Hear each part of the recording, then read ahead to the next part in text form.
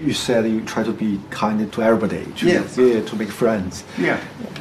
Is a problem maybe sometimes you'll be less critical to the subject, to the... Sometimes I may not, I may underestimate their evil intent. It's possible. Yeah. Just bad people. Even bad people, I try to understand, why they want to do those things. Are they really so completely bad? Maybe I don't describe the evil as much as I should. You prefer the better angel. Well, my approach is to try to understand why people do what they do. So I can sympathize with a broad range of people who have different ideas. Well, okay, towards Trump, it's hard to be sympathetic toward Trump. Also, this year is the 40th anniversary of Japan's #1. Now looking back, during the half century about Asian story, first is Japan Miracle, the story, then Four Little Dragon, then China story. Yeah. You are so good at picking topic. What's the secret? Yeah. Why I picked them? Part of it is luck, because once it's luck, two times maybe luck, but so many years. First of all, I tell you about Japan. Before I went to Japan, I had about 1 year when I knew I would likely go there. So at that time, there were not many good social science studies. So I tried to read all different disciplines. I read history, economics, political science, tried to get a broad background. And then I tried to find some particular study where I could go deeper. I'm not a historian. My PhD thesis was on families of Irish American, Italian American, old American families, and emotionally disturbed children. So when I started out in Japan, I first started to study mental health of children. But then one day, one of my Japanese families said, there's a difference between salarymen and other families. And that lit up a light. That's really interesting. It's a sort of openness to the big ideas. The new middle class did not mean they just got rich. It meant that the structure of those families' life when they worked for a big organization was very different from the independent business people. So as a whole structure became a new topic. So on the way to Japan, I visited, my wife and I had never traveled abroad. So we wanted to see the world. So in those days, you could get an airplane ticket and stop in every country. And when I went to England, this is 1958, there were still many rubbles on the street from World War II bombing. And Japan was already cleaned up. It was very poor. Even the main streets of Tokyo, to me, were like alleys. But they were working very hard. I knew some of the facts, but I never thought about what's the big picture. I think the big picture is going from a structure where you had clans in Japan to a broader administrative structure. The transition from an organization of clans working together to a broader administrative state that has its own structure and ideology and so forth. And once I could see that broader perspective, a lot of the details fell in place. So that was my first book that ended New Middle Class. And then from 1960 until 75, I did not spend, I went every year, but I did not do it for a long time. 75 to 76, I went back for a whole year. When I was there, I realized, whoa, Japan is really coming up. And it has the potential for having much bigger impact on the world. And I'll give you an example of one country, and I think it was Peru. I talked to a local guy who he started out as the dealer for Japanese motorbike. He was so amazed at how rational the Japanese were, how hard they worked, and how they maintained quality, that he learned how to do modern quality, and he influenced some other people. That's when I began writing Japan as #1. So maybe I hadn't thought about it this way. If I say, what's my pattern of picking a big thing? It's I start from, what is interesting. And then I say, oh, here's a big picture. And it's a kind of a new thing. I guess that maybe is my secret. That I keep thinking intellectually. And then I say, what is the big picture? And how does it fit together? What's really important is happening. And I suddenly hit on that. And that I think the big books I wrote, Japan is Number One and Dumb, really came from that. Yeah. I'm so curious how to keep your, energy, keep your ambition. Still try to engage something big. So, what's the motivation? Well, I'm not very happy in the United States what happened to political science and sociology. In the last 20, 30 years, they want to be scientific. And they can use new quantitative measures. Get a sample of 5,000 and this is correlated to this. But from my point of view, they don't do enough to see what is the context and what is the social background, what is the history. So the kind of research that I like, where you really get to know people and see historical context and see broad context, is not so popular. The other thing is universities now have become too bureaucratic. We have so many problems with females, how you handle females, and how you handle blacks and transgender.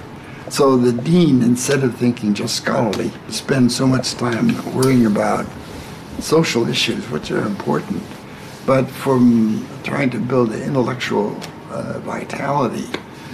Their mind is so busy with so many different things like this.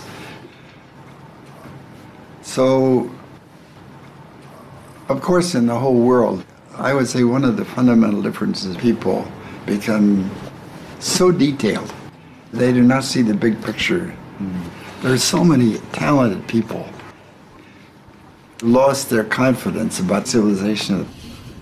那么回到我们这本书，没有一个另外专家比他会更有资格写这本书。他两个 area 什么？一个是日本，一个是中国。一般的 area specialist 很难说是 cover 两个，你是 cover 两个了。对。我现在应该感谢我的老朋友 Ambrose， 我们开始认识了，我们是无名的学者。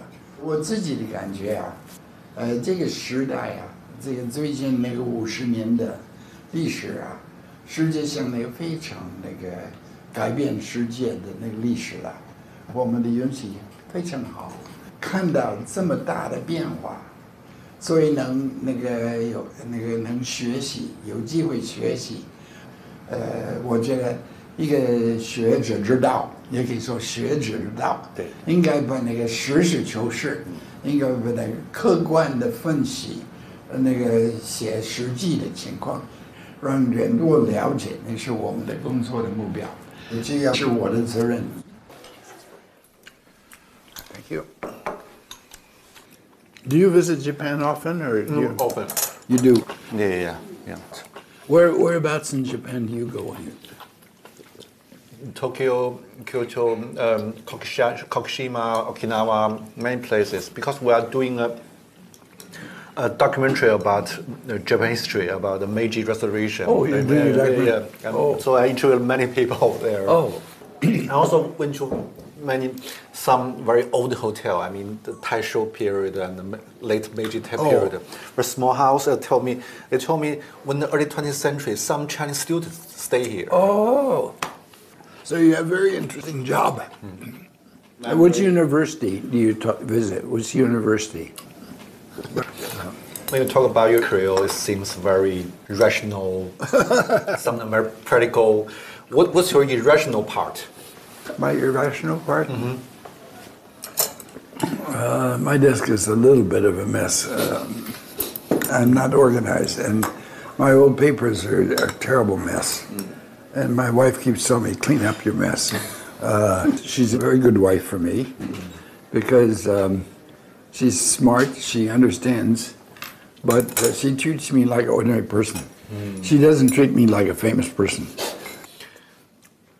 What does the fame mean to you?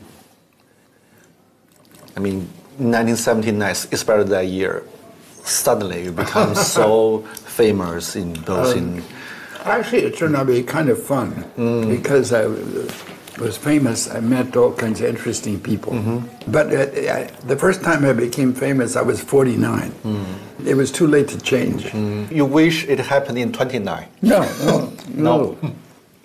It's better it didn't happen because then I might be, a different person.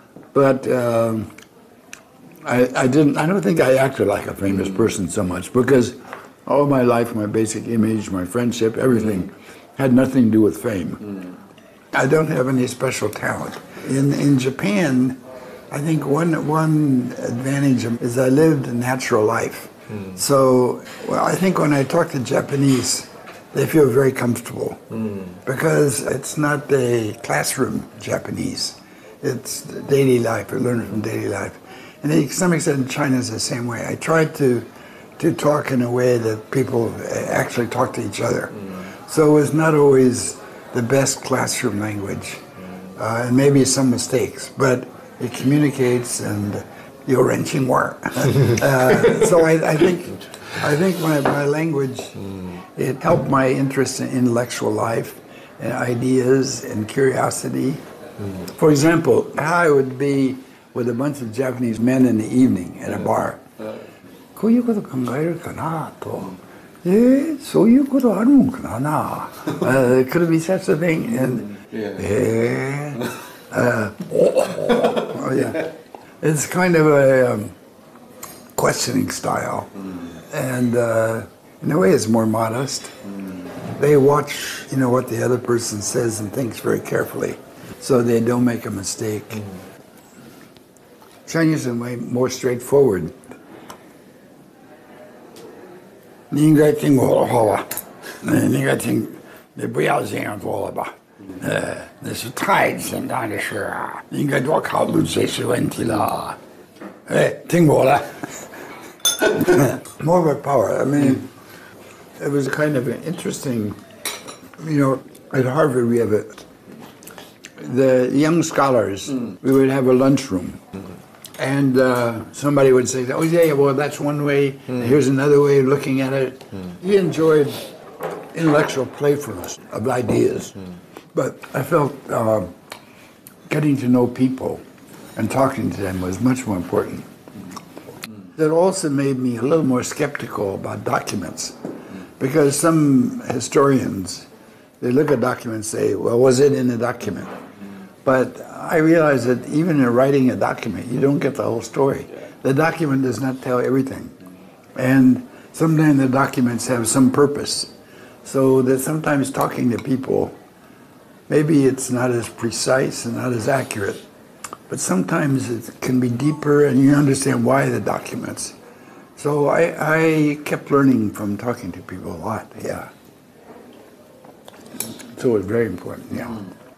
And in your book, you seldom show your scholarly side. I mean, very straightforward and focus on the facts and yeah. Why? Well, I think that's to what I'm trying to do is not so important. I grew up in a small town. Most of my high school friends did not go to college. Some went to college. When I was writing, I would try to think, what can those guys understand? And always try to have stories, because in the United States, people, they didn't care so much about other people's point of view. If you say, I don't particularly like bar art, but if it's Americans at a bar, hey, what you think, man? Don't think of it that way, yeah. Let's think of it this way, yeah. Let's have another drink. That guy is crazy, man. He doesn't know what he's doing. Yeah.